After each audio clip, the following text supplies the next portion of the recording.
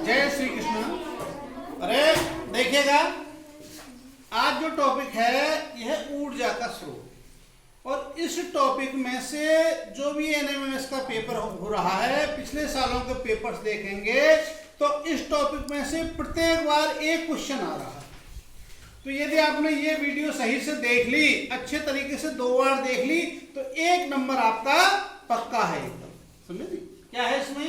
ऊर्जा के स्रोत। ऊर्जा के स्रोत कितने प्रकार के होते हैं? 2 प्रकार के होते हैं। एक होता है नवीकरणीय ऊर्जा स्रोत, एक होता है अनवीकरणीय ऊर्जा स्रोत। नवीकरणीय ऊर्जा स्रोत के लिए अक्षय ऊर्जा स्रोत भी कहते हैं। नवीकरणीय ऊर्जा स्रोत के लिए अक्षय ऊर्जा स्रोत भी कहते हैं, क्योंकि अक्षय का मतलब क्षय नहीं होता, समाप्त नहीं होता। लेकिन जो अनवीकरणीय ऊर्जा स्रोत है, इनको यदि हम उपयोग करते रहें तो ये समाप्त हो जाते हैं।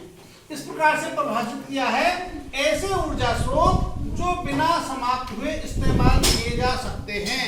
जैसे हमारा वायु है, हवा है, या सूर्य है। सूर्य से वो बनते हैं, हम सोलर प्लेट लगाते हैं, उससे ऊर्जा बनती है, तो सौर ऊर्जा हो गई।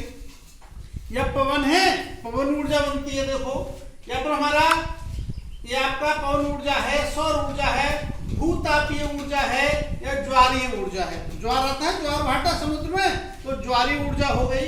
तो इस प्रकार से जो समाप्त नहीं होते हैं, जिनके समाप्त होने की संभावना कम है, बहुत लंबे समय तक चलते हैं, उनको क्या करते हैं हम? नवीकरणीय ऊर्जा स्रोत, अक्षय ऊर्जा स्रोत कहते हैं। और मैं एग्जाम्पल देगा 4, और उन 4 में से पूछेगा कि कौन सा नवीकरणीय ऊर्जा स्रोत है, कौन सा अनवीकरणीय ऊर्जा स्रोत है। तो ये देगा पवन है, सूर्य, पृथ्वी, वन, जल, जैव, इसमें ऐसे देगा। या दे देगा पवन ऊर्जा, सौर ऊर्जा, भूतापीय ऊर्जा, ज्वारीय ऊर्जा।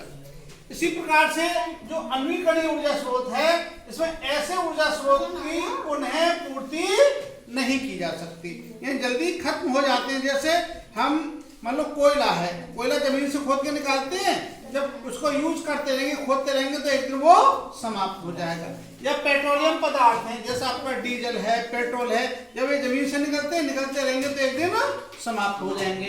या आपके प्राकृतिक गैस है, या केरोसिन है, रसोई गैस है, तो ये सारे किसमें आते हैं? आपके अनवीकरणीय ऊर्जा स्रोत में। तो ये आपको एग्जाम्पल याद रखने हैं। इन एग्जाम्पल से में से ही देगा कि इनमें एग्जाम्पल देखो, इसके भी एग्जाम्पल दे देगा और इसके भी एग्जाम्पल दे देगा।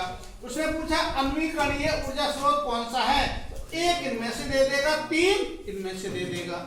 या नवीकरणीय ऊर्जा स्रोत पूछा तो 1 इसमें से दे दिया, 3 ऑप्शन इसमें से दे दिया।